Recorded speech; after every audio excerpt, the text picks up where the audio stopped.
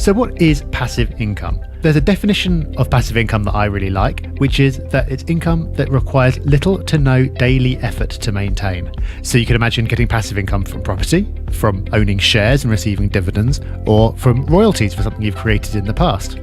There are lots of different ways of earning passive income, but the important point in that definition is it requires no daily effort to maintain.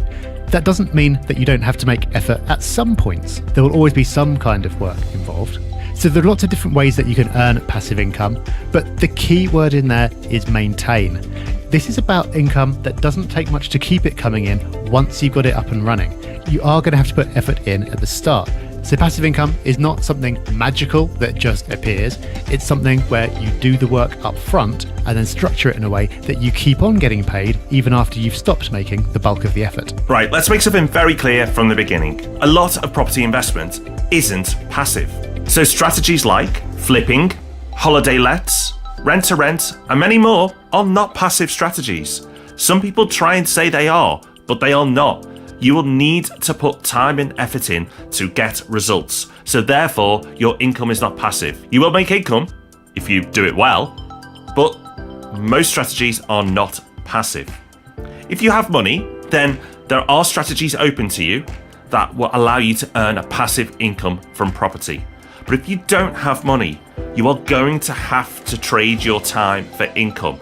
Property isn't magic. You can't put no money in and then get a passive income, although some people will tell you you can, but you may not want to follow their advice. So how do you get passive income from property? Well, the answer is rent.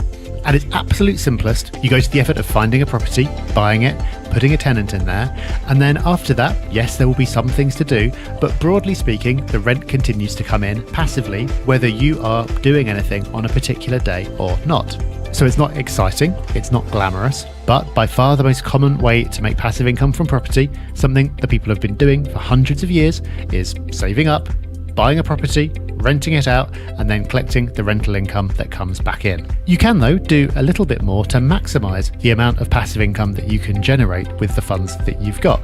And you can do that by refurbishing a property first to increase its value, then refinance so you don't have to put so much money in. For more on that approach and how to decide which of those approaches to take, watch our video on the best way to invest £50,000 in property. There's one other important consideration as well, which is how important is passive income to you overall? Because there's a trade-off.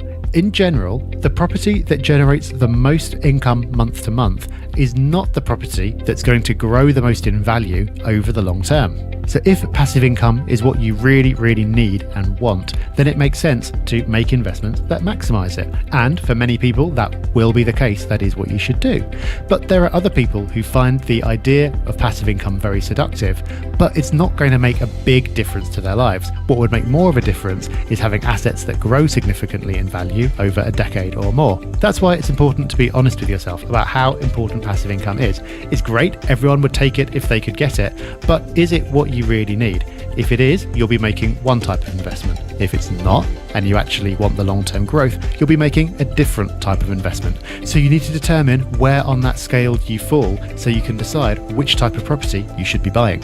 Now, it's really important to say that if you plan to let out a property and you want to achieve a passive income, you'll need to outsource the management. So that's a letting agent running that property for you. So they'll deal with the tenants, they'll find the tenants, they'll do inspections, they'll do all the work. Now, that is not enough because not all letting agents are created equal. So you will have to do some work to go and check that your letting agent can do all that and allow you to be passive. And remember, once you've done that research and you've handed that over, yes, you may want to do checks, but really you need to then trust them to get on with it, because if you get involved and you start micromanaging them, then guess what? It's not a passive income. So passive income is achievable through property, but not completely. There are strategies that are passive, but nothing is 100% passive. You need to find a deal. You'll need to apply for a mortgage. You'll need to select a letting agent. Once all these things are done, then your work is minimal. But then at some point, you'll need to renew your mortgage, agree rental increases. There are always going to be little things to do. So while property investment isn't 100% passive, it's pretty close. And for most people, that's absolutely fine.